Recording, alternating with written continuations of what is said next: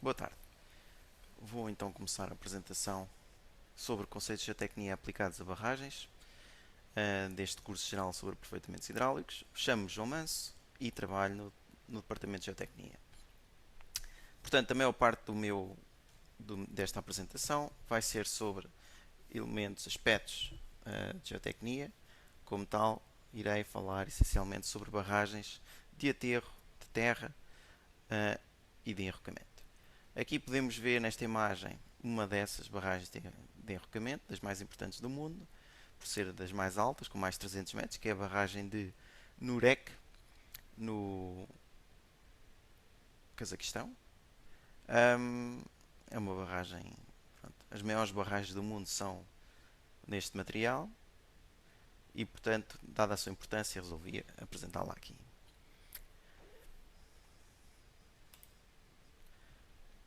Em termos de tema que vamos abordar nesta sessão, vamos falar sobre a definição de barragens de terra em enrocamento, os tipos que podem existir, consoante os elementos que têm no seu perfil, e as funções para as quais as barragens de aterro são construídas. Vamos também falar nas principais componentes, tentar explicar cada um dos componentes e quais a sua função no comportamento de uma barragem. E, por fim, vou falar na evolução das técnicas de construção das barragens de aterro. Então, como eu disse, serão apresentados princípios fundamentais das barragens de aterro, como sendo para que é que servem, que elementos é que têm o seu perfil em termos de quer de elementos permeáveis, quer elementos de filtro ou de dreno para percolação da água no interior da barragem sem provocar problemas de segurança. Depois irei também falar no tipo de barragens existentes e quais as funções que este tipo de estruturas tem. Pode ser, iremos ver, um tipo apenas ou de vários tipos. E por fim vou falar, no fundo, fazer um resumo histórico da evolução das técnicas de construção de barragens de aterro. Está bem? Então, para começar, definição de barragens. Barragens. As barragens são estruturas construídas em cursos de água, normalmente para reter água ou outros líquidos, como por exemplo rejeitados de mineração, por exemplo. Vocês sabem que se tivermos uma exploração mineira, ao fazer a exploração nós conseguimos extrair o minério, mas uma componente importante que vem com essa exploração são os rejeitados, que é aquele material que não tem minério e que nós não aproveitamos. Esse material, esses rejeitados, é necessário depositá-los, não os podemos enviar diretamente para os rios e para os oceanos. Temos de os guardar em sítios especiais, neste caso reservatórios ou barragens de rejeitados, com vários sistemas de segurança para evitar que eles poluam os aquíferos ou os sistemas hidráulicos ou hídricos que existam naquele local. Depois, inicialmente, quando começaram a ser construídas, as barragens tinham como objetivo a irrigação para fins agrícolas ou o abastecimento de água para as populações. Com o passar dos anos, mais recentemente, além de virem a ter novas funções, como por exemplo produção de energia ou mitigação de cheias, começámos a usar barragens também para ter vários tipos de usos, fins múltiplos no fundo. Podem ser, por exemplo, rega e abastecimento, rega e produção de energia. Pode ser, por exemplo, também as barragens, no fundo as albufeiras, também têm sido utilizadas como uma infraestrutura de lazer para desportos náuticos ou, por exemplo, fazendo aquelas piscinas flutuantes para lazer nas férias das pessoas. E, portanto, este tem sido o desenvolvimento natural deste tipo de estruturas. As barragens podem ser classificadas em termos de dimensões, vamos ver à frente, podem ser pequenas ou grandes. Podem ser classificadas em termos de material que são construídas, como por exemplo solo, enrocamento, betão, alvenaria. Apesar de nós aqui nesta sessão vamos falar apenas de barragens de solo e de enrocamento. Mas existem, por exemplo, classificações diferentes, tendo em conta a sua forma, como por exemplo no caso de barragens de betão, barragens de arco, gravidade ou contrafortes. Depois podemos classificá-las também tendo em conta a sua finalidade ou capacidade de armazenamento, ou então ainda em termos de danos potenciais que a sua ruptura pode provocar. Barragens com uma alfeira maior ou com uma altura maior podem provocar no fundo, a onda de cheia resultante da ruptura pode provocar danos, principalmente a jusante, que podem pôr em risco vidas e infraestruturas ou bens das populações. Depois, em termos de grandes barragens, a ECOLD classifica as grandes barragens como sendo barragens com mais de 15 metros de altura, independentemente do volume de água na alfeira, ou então, por vezes, as barragens de maior altura podem não ter uma alfeira muito grande. Caso, por exemplo, a barragem tenha 10 a 15 metros de altura, se tiver uma alfeira superior a 3 hectómetros cúbicos, já é uma alfeira considerável, essas barragens, apesar de mais baixas, são também grandes barragens. Em Portugal, através do Regulamento de Segurança de Barragens, RSB, que data de 2018, nós classificamos as barragens como grandes para alturas superiores a 15 metros, ou, uma vez mais, para alturas iguais ou superiores a 10 metros, mas com albufeiras com uma capacidade superior a 1 hectómetro cúbico. A diferença que existe entre a classificação da ECOL e a nossa tem a ver que Portugal, como é um país mais pequeno, tem albufeiras de outra dimensão e, portanto, as grandes barragens, em termos relativos com a nossa dimensão, considera-se que têm de ter 1 hectómetro cúbico, têm de ter capacidades superiores a 1 hectómetro cúbico em vez de 3, como no ECOL.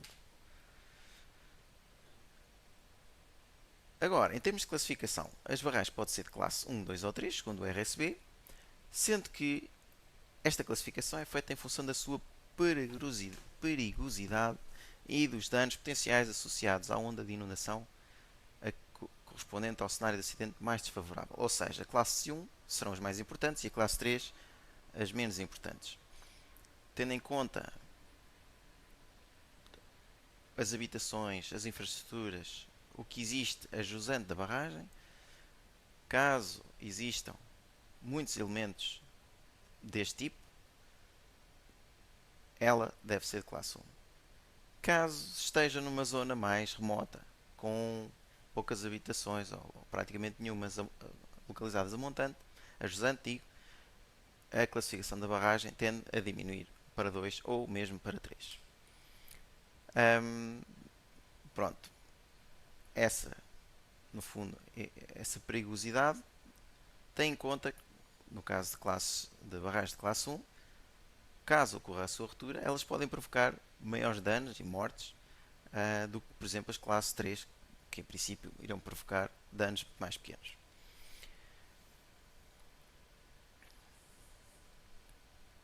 Dou aqui alguns exemplos de barragens de classe 1 existentes em Portugal, por exemplo, a de Santa Clara, que é uma barragem localizada no Algarve.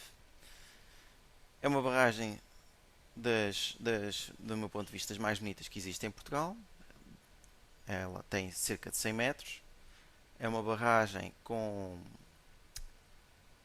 podemos ver, se tiverem a possibilidade de lá ir, é uma barragem cujos paramentos são constituídos por rocha colocada à mão. Portanto, caso estejam no coramento ou no pé de talude e olharem para a barragem, irão estar como se tivessem a sensação de estar presentes à frente de uma calçada romana. Já ninguém faz isto, não é? Parece uma grande estrada, no fundo, esta barragem, com as pedrinhas todas arrumadas, como se fosse uma estrada. Depois tem outra particularidade engraçada, que é este descarregador de cheias em poço, localizado na margem esquerda, e julgo que podem visitá-lo se quiserem. Indo ali àquela zona do corrimão, podem ver, ter uma ideia do poço que ali existe. Ainda consegui arranjar esta imagem, neste caso com o nível da água praticamente no NPA, a barragem estava praticamente cheia, e subindo mais uns centímetros ela iria começar a descarregar. Depois temos aqui outra barragem, mais no centro do país, que é a barragem da Partadura. Também é uma barragem muito engraçada, em particular neste caso temos aqui uma membrana de betão montante, e a particularidade, ou o que acho mais interessante nesta barragem, uma das coisas mais interessantes nesta barragem, é o facto de a cortina de betão ter um sistema, caso a cortina atinja uma determinada temperatura, ele liga um sistema de rega que faz a molhagem da cortina, de maneira, no fundo, a preservar a qualidade da cortina durante mais tempo. Pronto, isto lembro uma vez de ter feito uma inspeção desta barragem, e uma das nossas intenções era verificar o funcionamento deste sistema. E bastou, neste caso, a pessoa responsável da barragem ter chegado à zona do sensor da cortina e ter posto a mão, fez aumentar a temperatura no sensor, e isto automaticamente fez disparar o sistema de rega. E o sistema de rega, no fundo, faz durante X tempo, descarrega a água naquela zona e faz baixar a temperatura da membrana. Depois aqui vemos o descarregador, em particular desta barragem, que é um descarregador em forma de bico de pato, e consegui encontrar esta imagem só para ter uma ideia da barragem a descarregar. Em termos de barragens de classe 2, uma vez mais no Algarve temos a barragem de Alcotim, uma barragem muito mais pequena, como podem ver, tanto em termos de comprimento do decoramento, como em termos de alfeire. É uma barragem que atualmente ela servia para abastecimento de água, mas atualmente está praticamente a ser utilizada para abastecimento, neste caso, de um canil, mas por outro lado para dar água para uma praia fluvial que Alcotim tem, no fundo. E porque é que fazem isto? Porque, entretanto, depois desta barragem estar construída, foi desenvolvido outro sistema naquela zona com várias barragens, e é aí que eles vão buscar água para a população. Portanto, esta barragem, no fundo, é um elemento redundante existente ali naquele município. E aqui podemos ver o descarregador de cheias desta barragem, que é em Labirinto. Neste caso, nunca que me lembre, nunca o vi a descarregar. Outra barragem de classe 2 que temos em Portugal é a barragem do Pinhão, localizada no norte do país, junto a Vila Real, entre Vila Real e Bragança. Podemos ver uma vez mais aqui uma vista aérea com drone da barragem. Neste caso, junto à margem direita, temos o descarregador também em Labirinto da barragem do Pinhão. E aqui temos outra perspectiva, também muito interessante. Uma das vantagens agora destas novas tecnologias é de poder ver, no fundo, democratizar este tipo de vistas que antes teriam de ser feitas com recurso a aviões ou helicópteros, e agora com um sistema relativamente barato, 200, 300 euros, já conseguimos ter imagens que nos podem ajudar muito a analisar este tipo de estruturas. E aqui temos uma das coisas que costumamos fazer nas visitas de inspeção, é ver o funcionamento da descarga de fundo. Neste caso temos aqui uma descarga de fundo que foi aberta durante a inspeção. Podemos ver que o jato oco, em plena descarga. Por fim, classe 3, temos uma barragem, temos esta barragem que é a barragem de Brinches. Esta eu nunca visitei, porque o LNEC tem apenas a obrigatoriedade de seguir barragens de classe 1 ou classe 2 ou 3, caso o dono de obra assim nos solicite. Eu esta não conheço, mas pronto, uma barragem de classe 3, como podem ver, são barragens que a jusante não tem praticamente nada, e então a onda, se houver ruptura, a onda de cheia, afeta pouca coisa, em termos de quer habitações, quer pessoas, quer bens. Podemos ver aqui outra vista da mesma barragem, e por fim aqui uma vista, neste caso, de jusante da barragem em sua albufeira. Agora, principais componentes que tem uma barragem de aterro. Aqui temos um exemplo de um perfil tipo, de uma barragem zonada. Tendo em conta aquilo que eu já falei, por exemplo, eu falei do NPA, no fundo é quando consideramos que a barragem está cheia, é o chamado NPA, quer dizer, são as iniciais de nível de pleno armazenamento. Além deste nível, temos outro, que é o nível de máxima cheia, NMC. Okay? No fundo, é o máxima quantidade de água da albufeira que esta barragem, para a qual esta barragem foi dimensionada. Depois temos outro nível, que aqui não está, que é o nível mínimo de exploração, que enquanto estes serão máximos ou até mínimo, será o nível a partir do qual, abaixo desse valor, não é possível explorar a barragem. Depois, outro aspecto, por exemplo, temos aqui um tapete drenante. Algumas soluções têm este tipo de soluções, ou de componentes, tapete drenante, desculpa, um tapete impermeável, exatamente, tapete impermeável que se estende para montante. No caso de ser tapete drenante, ele desenvolve-se para jusante e tem funções diferentes, como o nome indica. O tapete impermeável pretende impermeabilizar esta zona junto ao corpo da barragem para que a água, o caminho de percolação da água seja maior, dificultando a passagem da água pela fundação. Por outro lado, neste tipo de barragens, temos o núcleo, que é no fundo o órgão impermeável, o elemento impermeável da barragem. Pode ser constituído, por exemplo, por betão, pode ser constituído por material argiloso de muito baixa permeabilidade, pode ser constituído por madeira, pode ser constituído por aço. Pronto. Há vários tipos, pode ser constituído por uma cortina bituminosa. Okay? Há vários tipos de soluções para constituir o nosso núcleo. Depois, cada um dos lados desse núcleo temos maciços, maciço de montante e maciço de jusante.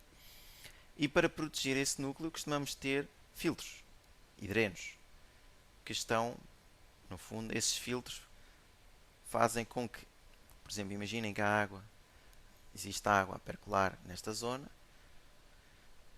mesmo o núcleo, apesar da permeabilidade muito baixa, passa sempre alguma água. Quando ela chega à superfície do lado de jusante, ela é recolhida por este filtro e ela é enviada então para jusante. A vantagem do filtro, uma das vantagens, é que evita o arrastamento de finos do material do núcleo para jusante. O que, caso ocorresse, poderia levar à ruptura da barragem. Depois, por vezes, neste tipo de soluções também temos enrocamento de proteção, ou seja, enrocamento normalmente no maciço de montante, à superfície de maciço de montante, que irá proteger, por exemplo, especialmente no caso de ondas que existem por causa do vento, uma vez que as albufeiras muitas vezes são espaços bastante abertos que sofrem efeito do vento. Esse vento provoca ondas e essas ondas e a variação do nível provoca algum desgaste do material ou pode provocar o arrastamento de material do maciço de montante. Portanto, o que se faz muitas vezes é pôr este enrocamento de proteção que evita estas situações. Depois temos outras designações, por exemplo, o curamento, que é a parte superior da barragem, onde muitas vezes existem rodovias para passagem de carros ou peões, e temos também banquetas. localizadas no maciço de jusante, podem ser duas, né, como neste caso, pode ser uma, pode não ser nenhuma, dependendo agora da altura da barragem. E depois temos outra coisa já agora, que é a folga, ou seja, que é a distância que vai desde da cota do coramento à cota do nível de máxima cheia. No fundo, é a folga que a nossa barragem tem para evitar, por exemplo, o seu galgamento. Depois, em termos de impermeabilização, imaginem que tínhamos uma fundação que não tinha grandes características, ou seja, que tinha relativa permeabilidade, deixava passar água com alguma facilidade. Como uma barragem é uma estrutura que tem todo o interesse em reter a água e não deixá-la passar, o que nós podemos fazer é usar cortinas de injeção para tratamento de fundação. Vemos aqui o exemplo de uma apenas, pode ter várias, uma, duas ou três, dependendo agora da situação. E ela é essencialmente feita através de injeção, por exemplo, de caldas de cimento na fundação. Por fim, não sei se me falta falar de algum. Pronto, esqueci-me de dizer, não está aqui referido, mas por vezes, além deste filtro, existe muitas vezes um segundo elemento que é um dreno, ou seja, imagina o núcleo tem partículas mais fininhas, argilosas, o filtro protege esse núcleo, tem partículas granulares, dimensão granular, depois o dreno tem uma dimensão um bocadinho maior, mas ainda granular, e por fim, imaginem o recamento, teria uma dimensão mais grosseira. Podem imaginar, no fundo, isto são tudo proteções e à medida que vamos andando para jusante, as dimensões das partículas vão aumentando. Agora, que tipos de barragens de aterro é que nós temos? Pronto, genericamente, nós podemos considerar ou classificar as barragens de aterro em três tipos: terra, enrocamento ou mistas.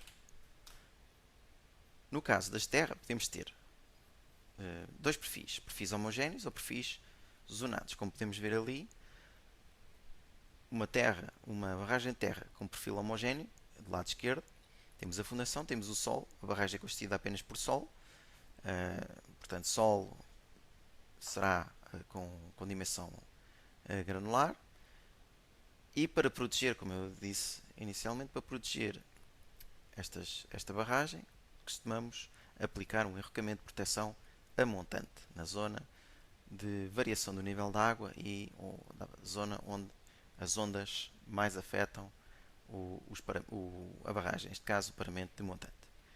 Por outro lado, podíamos ter barragens de terra com perfil zonado, neste caso, além no corpo da barragem, além do solo, podemos ter também solo ou enrocamento. Solo, neste caso, com dimensões mais grosseiras, ou até mesmo um enrocamento. No fundo, um enrocamento, quanto mais, normalmente, se for, isto tudo depende um bocadinho da zona onde está localizada a barragem. Se for uma zona onde existe muitos maciços rochosos de boa qualidade e que seja fácil de explorar, podemos ter todo o interesse em fazer um perfil com uma grande parte com enrocamento. No caso de ser uma zona com muito sol, material mais granular e pouco enrocamento, temos o interesse em utilizar esse sol que existe em abundância, em vez de ir à procura mais longe de material mais rochoso. Depois podemos também ter, então como eu disse, imaginem que temos uma situação de um local que facilmente, junto da barragem, conseguimos explorar pedreiras para extrair material rochoso, enrocamento. Então podemos incorporar na nossa barragem esse enrocamento. Podemos ver aqui três tipos de enrocamento, ou dois tipos de enrocamento. Um enrocamento um bocadinho mais grosseiro, de maiores dimensões, um enrocamento talvez de dimensões mais finas. Uma vez mais vamos imaginem, de montante para jusante, afastando-nos da albufeira. Começamos com materiais mais finos. neste caso uma laje de revestimento de betão, que é ela que vai servir de elemento de impermeabilização da nossa barragem. Depois temos uma camada de transição de material mais fino, granular, que irá servir de transição desta membrana de betão para o nosso enrocamento. E no final, depois de ter esse corpo principal, podemos, para proteger o paramento de jusante, podemos usar um enrocamento de maiores dimensões, pronto, que confere, que garante a estabilidade da nossa barragem. Além disso, neste tipo de estruturas, juntamente com a membrana de betão, existe ainda esta estrutura, que é um plinto, da qual saem, por vezes, cortinas de injeções para tratamento da fundação. E por fim, as mistas, no fundo, é uma mistura, lá está, das duas barragens. Neste caso, não é das duas de terra e enrocamento, mas sim de terra e de betão, ou de enrocamento e betão. Neste caso, estou a mostrar a barragem de Odivelas, onde podem ver que no corpo central da barragem, ou que o corpo central da barragem é constituído por betão, só que o betão é um material caro.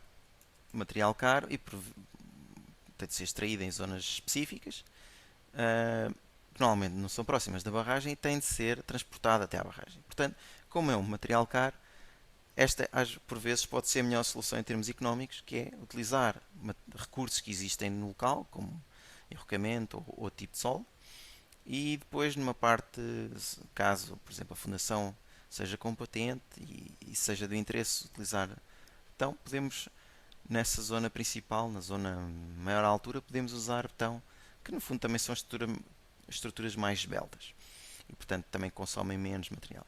De qualquer maneira, como disse, tendo em conta o custo do betão, normalmente as barragens, o custo de betão em si é mais caro e mais oneroso do que utilizar uma barragem, por exemplo, de enrocamento ou de solo. Aqui temos outra vez uma vista da barragem de Odivelas. Podemos ver um bocadinho de aterro aqui do lado esquerdo e um aterro mais importante lá direito, na margem no encontro direito, na margem direita. E podemos ver uma vez mais então a parede de betão no centro. Outra perspectiva, temos aqui outra perspectiva e mais uma. Agora, em termos de materiais de construção deste tipo de barragem, ou seja, terra ou de enrocamento, para incorporar nos maciços de terra, podemos usar solos que se caracterizam por ter granulometrias mais ou menos extensas, com elementos de dimensões inferiores a 2 mm, ou seja, cerca de granular, no fundo, com dimensão de uma areia. Em particular, para granulometrias com estas características, o comportamento de maciços constituído por este tipo de material, em termos de compatibilidade, formabilidade, resistência mecânica e permeabilidade, é condicionado pela matriz dos elementos finos. Okay? Já no caso de enrocamentos, que são também constituídos por granulometrias extensas, a granulometria extensa, vocês sabem que são granulometrias que tanto têm partículas mais finas como partículas mais grossas. Uma das vantagens que tem a utilização deste tipo de granulometrias, em vez de uma granulometria uniforme, ou seja, com partículas das mesmas dimensões, é que após a compactação temos uma diminuição do índice de vazios, um aterro com melhor comportamento no final, uma vez que a diminuição do índice de vazios também promove um consequente aumento de resistência e uma redução de formabilidade, que é muito importante. Por exemplo, se tivermos uma barragem de enrocamento com uma membrana de betão montante, interessa-nos obrigatoriamente que as deformações sejam limitadas, porque haja assentamentos consideráveis neste tipo de barragens. Nós sabemos que o betão é um material frágil, ele não gosta de grandes deformabilidades. Portanto, se a nossa barragem, por exemplo, de enrocamento, se deformar bastante, se a compactação não for adequada, se a granulometria não for adequada, se por exemplo, não for feita uma molhagem como deve ser durante a compactação, todos estes aspectos podem levar a um aumento de deformabilidade ao longo da exploração da obra. Se isso acontecer, a membrana de betão não tem capacidade para acomodar essas deformações, irá fissurar ou fendilhar, e com isto a barragem não irá romper, mas irá diminuir, no fundo, a sua capacidade de retenção de água. Irá passar muito mais água e iremos ter problemas, porque, como disse no início, o nosso objetivo é guardar água, não é deixá-la passar. Depois, em termos particulares, no caso de enrocamentos, o limite superior da nossa granometria é fixado por aspectos técnico-construtivos, ou seja, houve, com o passar do tempo, dos anos, o desenvolvimento de equipamentos, quer de compactação, quer de transporte de material, mas ele tem os seus limites, não é? Portanto, é normal que, quando fazemos esta granumetria, temos de ter em conta esse aspecto. Por outro lado, o limite inferior é, no fundo, da dimensão da argila. Agora, por exemplo, considerando o peneiro 200, o peneiro mais fininho da série de peneiros ASTM, para ser considerado um enrocamento da totalidade do material, apenas até 10% podem passar nesse peneiro. Ou seja, só 10% do material, no máximo, é que pode ser daquela dimensão. Caso seja acima, deixa de ser. Caso haja mais de 10% de material fino, ou seja, com o tal peneiro 200, já não estamos perante um material de enrocamento, porque essa presença de finos irá, no fundo, influenciar o comportamento do nosso enrocamento. Pronto, como digo aqui nesta frase. Agora, barragens de terra. A vantagem das barragens de terra em relação, por exemplo, às barragens de betão é que podem ser constituídas por uma grande variedade de solos naturais que existem no local. Portanto, é só extrair, explorar normalmente próximo da barragem e fazer pequenas distâncias para o compactar e com isso construir a nossa barragem. Depois tem outra grande vantagem, por exemplo, se nós tivermos fundações permeáveis, formações deformáveis, fundações, por exemplo, com falhas ou outro tipo de descontinuidades, este tipo de barragens tem uma grande adequação a grandes deformações que podem surgir, por exemplo, se tivermos uma albufeira muito grande, quando construímos a barragem, essa albufeira irá refletir-se no aumento de peso naquela zona. Esse peso poderá provocar deformações na fundação, dependendo agora de tipo de formação de fundação é. Estas barragens de terra têm a vantagem de adequam-se facilmente a essas deformações sem provocar a sua ruptura, sem perderem as suas características de retenção. Já no caso, por exemplo, de barragens de betão, que é um exemplo mais contrastante, as barragens de betão têm de ter fundações competentes. Caso não tenham, podem vir ter problemas, quer em termos de pressões, quer em termos de fissuração, e que podem levar, no limite, à ruptura das suas barragens. Como tinha dito, são barragens adequadas. Barragens de terra são barragens adequadas para fundações brandas, compressíveis ou permeáveis. Depois, outra vantagem, estas barragens, uma das vantagens que têm é ter, por exemplo, como há muito material na zona, é fácil de explorar, nós podemos ter um perfil com uma base bastante larga, de grandes dimensões. Ao fazer isso, vamos ter uma distribuição de tensões em toda a fundação da barragem, o que levará a uma redução desse tipo de tensões na fundação da barragem. Não é? No caso, por exemplo, de uma barragem de betão, a vantagem das barragens de betão é utilizar menos material, porque ele é caro, são mais esbeltas, mas por outro lado, se forem mais esbeltas, vão ter uma concentração de tensões na fundação. Por isso mesmo, também as fundações, no caso de barragens de betão, devem ser mais competentes. No caso de barragens de terra, isso não é o mais importante. Depois, como nas barragens de terra, como as fundações são muito largas, isto vai fazer com que, até se usarmos, por exemplo, tapete impermeável ou, por exemplo, um tratamento de fundação, caso a fundação da barragem seja bastante permeável, nós usamos este tipo de elementos para, no fundo, aumentar o caminho de percolação da água através da fundação, para, com isto, fazer com que, no fundo, a barragem consiga reter a água da melhor maneira possível.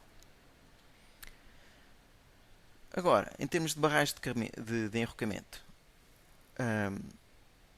o enrocamento em si tem uma grande permeabilidade, como eu disse inicialmente. Para ser considerado enrocamento, temos de ter menos de 10% de finos, ou seja, menos de 10% de material passado no pneu 200. Uma vez que isso acontece, isto vai ser material muito com uma elevada permeabilidade. Como nós queremos fazer uma barragem, para possibilitarmos a sua retenção, temos de criar um elemento impermeável. Como é que fazemos isso? Podemos fazer duas maneiras, ou no centro da barragem, sensivelmente no eixo da barragem, ou então, por exemplo, através de uma cortina vertical, que pode ser vários tipos de materiais, ou então no revestimento do talude montante, como já vimos antes, com uma membrana impermeável, que pode ser de betão, madeira, aço, um material bituminoso ou um tipo de telas plásticas que se pode usar para, como disse, servir de elemento impermeável de uma barragem de enrocamento. Pronto. Agora, o que acontece quando criamos estes elementos impermeáveis, quando materializamos estes elementos impermeáveis? Este elemento, por exemplo, imaginem uma cortina de betão. Uma cortina de betão não pode ser colocada diretamente sobre um material de enrocamento. Nós temos de ter ou de pensar em construir camadas de transição com granometria crescente que irão fazer a transição, salvo seja, da membrana de betão para o maciço de enrocamento. Okay? E no fundo essas camadas de transição também servem, por um lado, para redistribuir as tensões, para evitar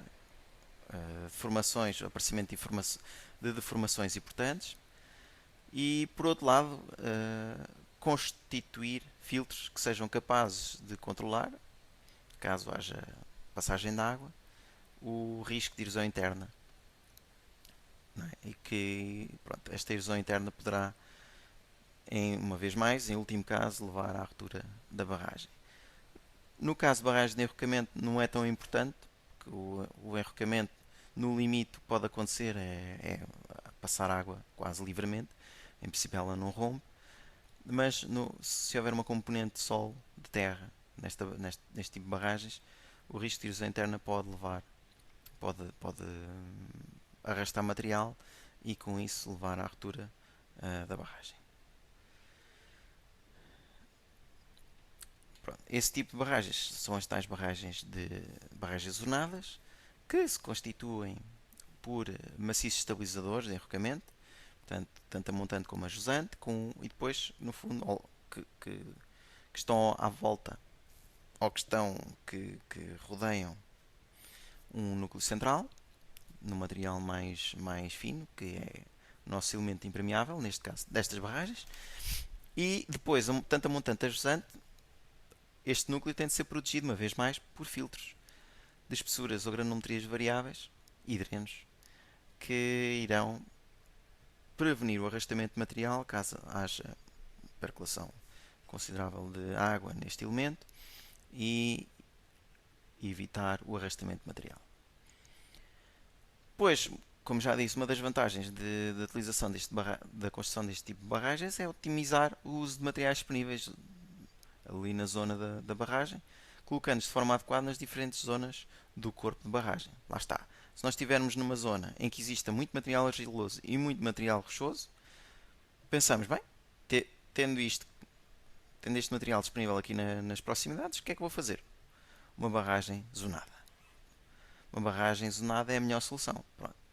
Caso haja, como eu disse, apenas maciços rochosos, facilmente exploráveis, uma solução pode ser uma barragem de derrocamento, por exemplo, com membrana de betão montante. Temos de mandar vir o betão de uma pedreira, de uma exploração que o venda, e todo o resto, a maior parte do maciço, a maior parte da barragem, do corpo da barragem, será feita por enrocamento, que é explorado naquela zona. E depois, como tinha dito, as maiores barragens do mundo são de terra e de enrocamento, com núcleo central ou com núcleo inclinado, e que atingem alturas superiores, como a Nurek, a 300 metros de altura. Agora, em termos de tipologias de barragens homogéneas, o que é que temos? Como podemos ver aqui, temos barragens, que já falámos, barragens homogéneas. Numa zona onde haja muito material granular, vamos aproveitar por construir uma barragem essencialmente com o solo explorado naquela zona. Para proteger o paramento montante, iremos colocar enrocamento de proteção, em menor quantidade, provavelmente porque não há tanta disponível. No entanto, estas barragens têm alguns problemas, porque, como podem ver, aqui não há nenhum elemento de filtragem nem drenagem e, portanto, se caso a percolação da água atinja o talude, o paramento de jusante, isso pode iniciar um processo de erosão interna que pode eventualmente levar à ruptura da barragem. Portanto, esta solução tem vindo a ser em barragens importantes não é utilizada. Em barragens mais pequenas, por vezes, pode ainda ver-se. Depois há outras opções mais seguras, como por exemplo esta, barragens homogéneas com dreno no pé. Neste caso, no dreno podemos ver que é constituído por um material mais grosseiro. Depois tem outra vez camadas de transição para o solo constitui o corpo da barragem. De essas camadas de transição, uma é o dreno e outra é o filtro. No fundo, lá está, uma vez mais, evita o arrastamento de material para jusante. Podemos ter soluções de barragem homogénea com tapete drenante, que é no fundo um sistema semelhante ao de dreno pé montante, mas também pronto, tem de ter alguma capacidade de drenagem este filtro. Caso não tenha sido bem dimensionado e se for de alguma maneira obstruído, pode vir a provocar problemas, uma vez mais, por erosão interna, com o aparecimento, por exemplo, a jusante de ressurgências, com o arrastamento de material, e mais tarde ou mais cedo leva à ruptura da nossa barragem. Portanto, vamos cada vez mais tendo soluções mais sofisticadas de barragem. Neste caso temos uma barragem homogénea com filtro vertical e tapete drenante. Neste caso, o que acontece é a água, ao ser percolada, ao chegar àquele filtro vertical, ela é captada e enviada. Conseguem perceber isso? Como o solo que está à volta dificulta a passagem da água. No caso do filtro, ela passa livre, com muito mais facilidade. Ela tende a ir, apanha o filtro e tende a percorrê-lo. Depois, chegando ao filtro, se chegar ao dreno, o dreno tem maiores dimensões, ainda vai mais depressa. Portanto, o nosso objetivo é obrigar a água a passar onde nós queremos, com segurança, de maneira a evitar a erosão interna e, no fundo, a ruptura da barragem. Queremos é que ela continue a funcionar muitos anos e sem problemas. Agora, aquelas são as homogéneas, que não se usam em especial para barragens mais importantes. E agora vamos passar para perfis zonados, que no fundo são talvez as barragens mais naturais, que ocorrem mais frequentemente. Temos aqui então uma barragem de terra zonada, em que temos um maciço de jusante em solo grosseiro ou enrocamento. Depois temos um maciço, o restante parte do maciço em solo, com enrocamento de proteção. Depois temos aquela que talvez seja a generalidade das barragens Em termos mais importantes, se calhar a solução mais adotada, que é uma barragem de terra em enrocamento com núcleo central, que é o caso, por exemplo, da barragem de Nurek, em que temos aqui vários elementos, desde já nossos conhecidos maciços estabilizadores a montante e a jusante em enrocamento, com um enrocamento de proteção junto à albufeira. Depois temos o solo no núcleo um solo com uma permeabilidade muito baixa, que será o nosso elemento impermeável. E depois, para o proteger, temos um filtro a montante e um filtro a jusante, com pequenas dimensões.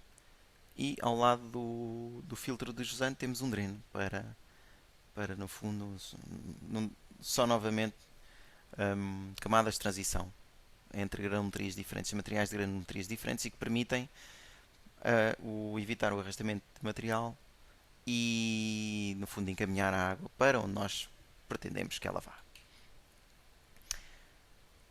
Aqui, no fundo, é a mesma solução que no slide anterior. A única diferença é que agora o núcleo está inclinado. Isto pode ser, por exemplo, uma solução caso na nossa zona onde construímos a barragem a disponibilidade de material mais fino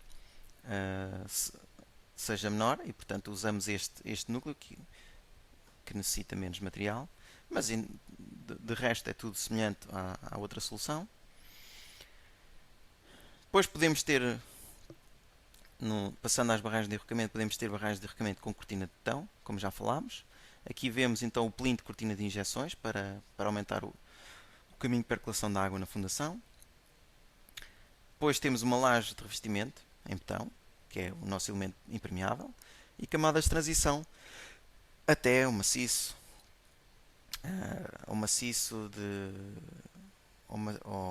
ao nosso corpo da barragem, constituído por enrocamento. E depois no maciço estabilizador de jusante podemos ter ainda mais, um enrocamento ainda maior, no fundo, para utilização mais eficiente dos materiais.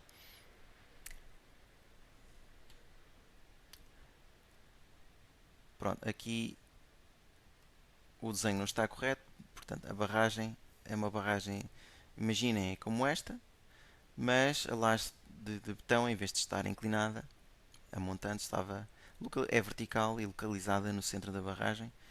Depois tem enrocamento de um lado e do outro, tem o plinto na zona junto à cortina e com cortina de injeções, e tem os maciços estabilizadores com enrocamento mais grosseiro. Agora, quais é que são as finalidades então de barragens?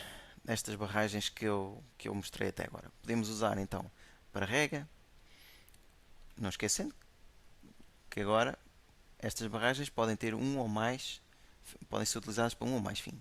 Portanto, rega para fins agrícolas, produção de energia,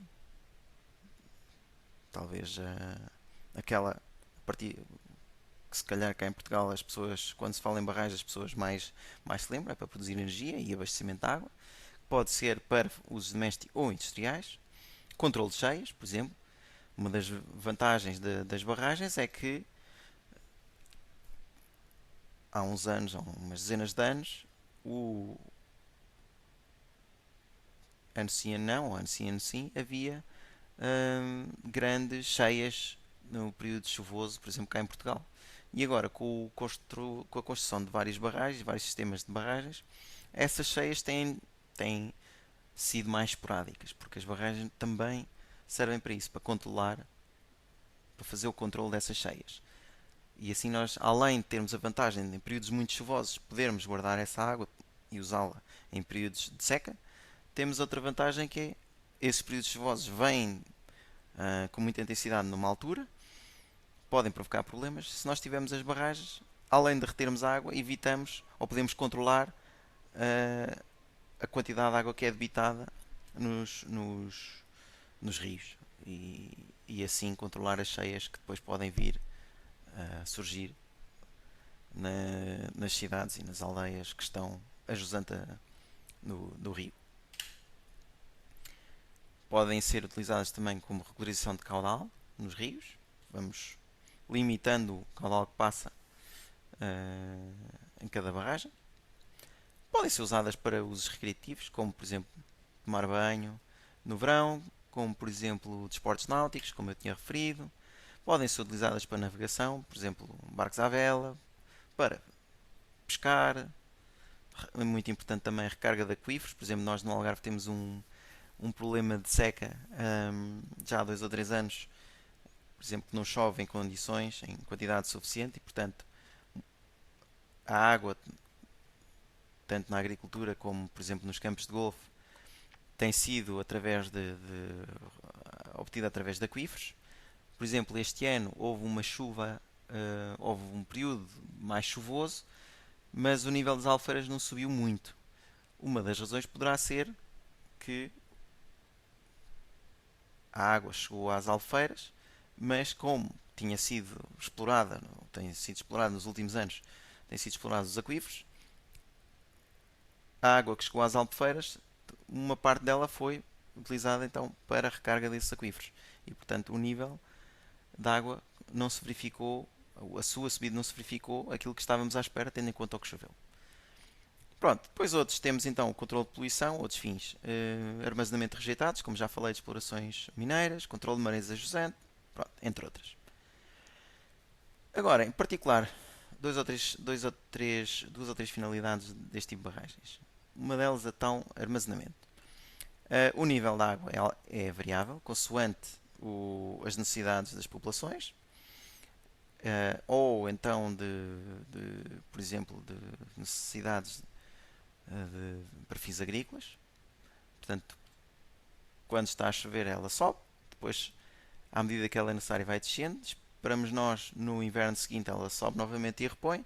Pronto, e, portanto, neste tipo de barragens o seu nível é variável. Pronto, e no fundo esta gestão da água é feita tendo em conta não só a variabilidade dos recursos que existem, como também das necessidades da população. Portanto, e elas podem ter regularização interanual, quando é necessário compensar a falta de precipitação em anos secos, como é o caso agora no Algarve, e esperemos nós com o armazenamento de água em anos úmidos, como é o caso de todas as barragens no resto do país, excetuando as do Sul. Para controle de cheias, o nível de água é mantido uma cota inferior ao do pleno armazenamento para quando surge essa cheia, ela possa, no fundo, amortecer um bocadinho essa cheia, receber um bocado dessa água e, caso seja necessário, fazer no fundo, se não for possível encaixar a totalidade da cheia, ir libertando de uma maneira pensada e adequada a água que vem. No fundo, lá está a libertar a água posteriormente para jusante, mas com caudais controlados. Em termos de categorias, como eu tinha dito, o iCold fez uma contabilização. As barragens de único fim, que eram as iniciais, não digo que agora não haja construção deste tipo de barragens, mas eram as principalmente eram as que existiam antes, e portanto essas são em maior número, cerca de 18.000, e existem outras, que são as de fins múltiplos, cerca de 7.400 no mundo. Tendo em conta essas barragens de único fim, 50% delas destinam-se a rega. 15% destinam-se a abastecimento de água. Portanto, a maior parte, ou a parcela mais importante da utilização de água é para rega, fins agrícolas. 15% para abastecimento das populações. E só 20% no mundo é que são para a produção de energia. Na Europa, essa percentagem é um pouco superior, é cerca de 40%, é o dobro do resto do mundo. Claro que agora há outras soluções que têm vindo a ser aplicadas, como eólicas, produção através de marés, moinhos de maré, podem ser também através de painéis solares. Pronto. Há outras fontes de energia e, portanto, por vezes também podem ser mais lucrativas para as empresas e, portanto, que têm vindo a ser adotadas e também podem justificar um bocadinho a diminuição deste valor. Em termos de barragens de fins múltiplos, a maioria delas destina-se a rega. Em Portugal, em particular, existe um grande número de barragens que inicialmente foram construídas com um único fim, rega ou produção de energia, mas vão acolhendo outros usos, por exemplo, por necessidade, no caso, por exemplo, de abastecimento às populações, ou então para fins recreativos. Agora, vamos então chegar à parte final desta apresentação. Vamos falar na evolução das técnicas construtivas. Temos aqui um castor que também faz barragens. Isto é um castor já com diploma, portanto, até tem capacidade de tudo. E então, o que é que podemos dizer sobre a evolução das técnicas construtivas? Em termos de, como eu já disse, em termos de este tipo de soluções, quer de terra, quer de enrocamento, têm vindo a ser cada vez mais utilizadas porque têm uma facilidade de adaptação à topografia, há a utilização de materiais disponíveis localmente, portanto, em termos de custo-benefício, são muito vantajosas, têm uma grande estabilidade, são muito estáveis em termos de tendo em conta os impulsos e as ações que estão presentes. Depois, tendo em conta a evolução das técnicas construtivas, quer em termos de material de transporte, quer em termos de compactação, quer em termos de conhecimento científico, os últimos anos têm vindo a ser, temos cada vez construído melhores estruturas. E, portanto, temos conseguido construir cada vez estruturas maiores, mais rápido, construído mais rápido, e temos conseguido construir cada vez mais barragens, e portanto ela, por vezes, nós somos um bocadinho inimigos do nosso sucesso, então às vezes há alguma desvantagem, por exemplo, em ter esta rapidez de construção que agora temos. De antes nós tínhamos a construção era um bocadinho mais demorada, mas tinha algumas vantagens em termos de cuidado, de deixar os materiais adaptarem-se às novas condições e com isso ter uma estrutura mais estável mesmo antes do primeiro enchimento. Agora não, agora em poucos meses conseguimos fazer uma barragem e praticamente, dependendo agora das situações, se calhar em menos de um ano estamos a aumentar uma albufeira. E por vezes, até no fundo, esse primeiro enchimento é a fase talvez mais importante da barragem. No fundo é construímos uma estrutura e agora vamos tentar perceber se ela, através de monitorização, se ela é capaz de suportar as cargas, no fundo da água ou outro material para o qual foram dimensionadas, não é? Pronto, então como eu disse, uma das evoluções mais recentes está relacionada com o desenvolvimento de equipamentos, quer de transporte, quer de compactação. Aqui vemos uma das barragens mais antigas que existiu. Neste momento só existe estes vestígios. E então, o que podemos dizer é que entre 1000 e 1500, o ano 1000 a 1500, os avanços mais importantes foram dados na Ásia, onde os japoneses construíram cerca de 30 barragens com mais de 15 metros de altura. Todas elas em aterro, portanto, entre 1000 a 1500. Muito mais tarde, só a partir de 1600, é que foi construída, por exemplo, em França, uma barragem de aterro com 36 metros de altura. Ok? Neste caso, esta barragem em particular tinha 3 paredes de alvenaria, uma em cada face e uma no centro, e o seu enchimento era constituído por solo e enrocamento, material esse que era colocado à mão. Ok? Portanto, consegue imaginar que a construção deste tipo de barragens levava bastante tempo. Mais recentemente, já no século passado, mas a partir de 1930, foram construídas no Reino Unido cerca de 260 barragens de aterro, com uma altura superior a 15 metros, das quais, de 260, apenas 4 romperam. Para período semelhante, nos Estados Unidos foram construídas cerca de 380. Pronto, os Estados Unidos são muito maiores que o Reino Unido, mas foram construídos 380. No entanto, cerca de 9% dessas 380 romperam, sendo que 3 em cada 5 nos primeiros 10 anos de exploração. Portanto, a primeira fase de exploração da barragem, lá está, não só o primeiro enchimento, mas essa primeira fase é muito importante para a vida para a exploração da barragem ao longo dos seus anos de vida útil. Depois, a primeira, em termos agora passando a um enrocamento, ou barragem de enrocamento em particular.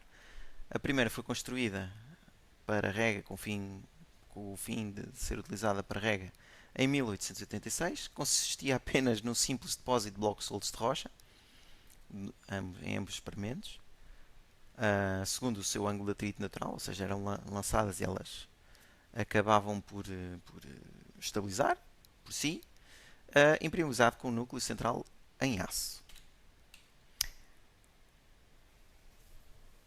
De igual modo, ou por situações semelhantes de barragens de enrocamento, elas foram impermeabilizadas a montante, em vez de ser no paramento, na zona central. As outras foram impermeabilizadas a montante, com revestimentos, por exemplo, de madeira, aço ou betão. E só mais tarde é que se democratizou a adoção de núcleos de terra de baixa permeabilidade em barragens de enrocamento. Uma vez mais, com zonas de transição adequadas. Agora, ainda nestas barragens de enrocamento, não falei ainda, nós em Portugal, tendo em conta este tipo de barragem, nós tivemos a barragem de enrocamento, nós tivemos a barragem mais alta do mundo, que foi a barragem de Paradela, a barragem mais alta do mundo na altura. E um dos problemas que se viu foi utilizando este tipo de técnica construtiva com o enrocamento lançado, nós não sabíamos, porque até então as barragens com enrocamento lançado, com membrana, por exemplo, a betão a montante, elas resistiam e retinham água. Não sabíamos é que, a partir de certa dimensão, as barragens com este tipo de construção iam ter, ou tinham, iam ter assentamentos consideráveis. Como eu disse no início, o betão não se suporta, não consegue acomodar esse tipo de formações e, portanto, ele fissura. No caso da barragem de Paradela foi isso que aconteceu. O betão fissurou com o aumento, por exemplo, o enrocamento com o aumento da carga da albufeira, partiu, evoluiu, ficou com menores dimensões, portanto assentou. O assentamento fez fissurar a cortina de betão. A cortina de betão, ao fissurar, fez passar água. O passar água fez com que aumentasse ainda mais a quebra do enrocamento da barragem. Portanto, levou a um maior assentamento. E, portanto, uma vez mais, partiu a membrana, deixou passar mais água. Portanto, no fundo, a barragem de Paradela veio-nos dizer que esta solução de enrocamento não podia ser feita apenas com o recurso a enrocamento lançado. Tinha de ser compactado, tínhamos de ter cuidados como, por exemplo, molhar o material durante a compactação com muita água para fazer com que a maior parte da quebra dos blocos se desse durante a compactação e um melhor arrumar durante a compactação para que durante a exploração da barragem ela tivesse assentamentos pequenos que fossem suportados pela cortina de betão. Pronto, então voltando aqui à nossa descrição. Em 1875 foi construída uma barragem de aterro na Califórnia, com a particularidade que a vala central da fundação, que estava escavada 9 metros abaixo do leito do rio, no fundo para tirar aquele material mais permeável que existe à superfície, depois foram feitas paredes corta-águas de betão, cada uma com 0,9 metros de espessura e 1,5 metros de altura. Depois, o aterro, o material do aterro foi lançado por vagões e espalhado, e por isso é que estão aqui os cavalinhos. A compactação foi conseguida pelos rodados dos vagões e por um conjunto de cavalos. Um, Outro tipo de construção ou transporte que se fazia inicialmente era transportá-lo através de cestos ou através de, de transporte como por exemplo cavalos ou outros animais, e alguma da compactação era conseguida através das pisadas dos trabalhadores. No caso, como eu falei, de barragens de enrocamento, utilizava-se técnica de enrocamento lançado, pronto, que depois, como eu descrevi, no caso para dela, não era muito ineficaz para casos de barragens mais elevadas. Um, com o desenvolvimento também do nosso conhecimento, uma vez que inicialmente os métodos de projeto e de construção eram geralmente empíricos, o que levava à ocorrência de rupturas frequentes, o desenvolvimento do nosso conhecimento veio, no fundo, alterar esta situação e, atualmente, com o nível de conhecimento, com os equipamentos de monitorização, com melhores, como é dizer, melhores modelos de previsão, de dimensionamento, de pronto, pronto, o desenvolvimento desse conhecimento veio, no fundo, ou melhor, esse conhecimento científico com o desenvolvimento dos equipamentos veio a desenvolver, ou a garantir que agora, no presente e no futuro, as estruturas, as barragens que têm sido construídas têm vindo a ser cada vez mais fiáveis, cada vez menos deformáveis, que têm menos problemas e têm vindo a tornar as rupturas uma situação muito, muito rara. Portanto, e é o que diz aqui, o impulso no fundo decisivo no projeto de barragens, na segunda metade do século XX, vê-se ao desenvolvimento de modernos métodos de dimensionamento e também o desenvolvimento dos computadores e das ferramentas de análise, e ao domínio que foi adquirido, que foi sendo adquirido as características dos materiais. Fomos desenvolvendo novos ensaios, novos equipamentos de ensaio, com mais precisos, maiores, e técnicas construtivas que se vieram, além de que se vieram a desenvolver e que vieram também a ser mais eficientes do que as que existiam inicialmente. Pronto, e com isto termino a minha apresentação. Qualquer dúvida que tenham, tenho aqui o meu e-mail e enviem se faz favor. Obrigado.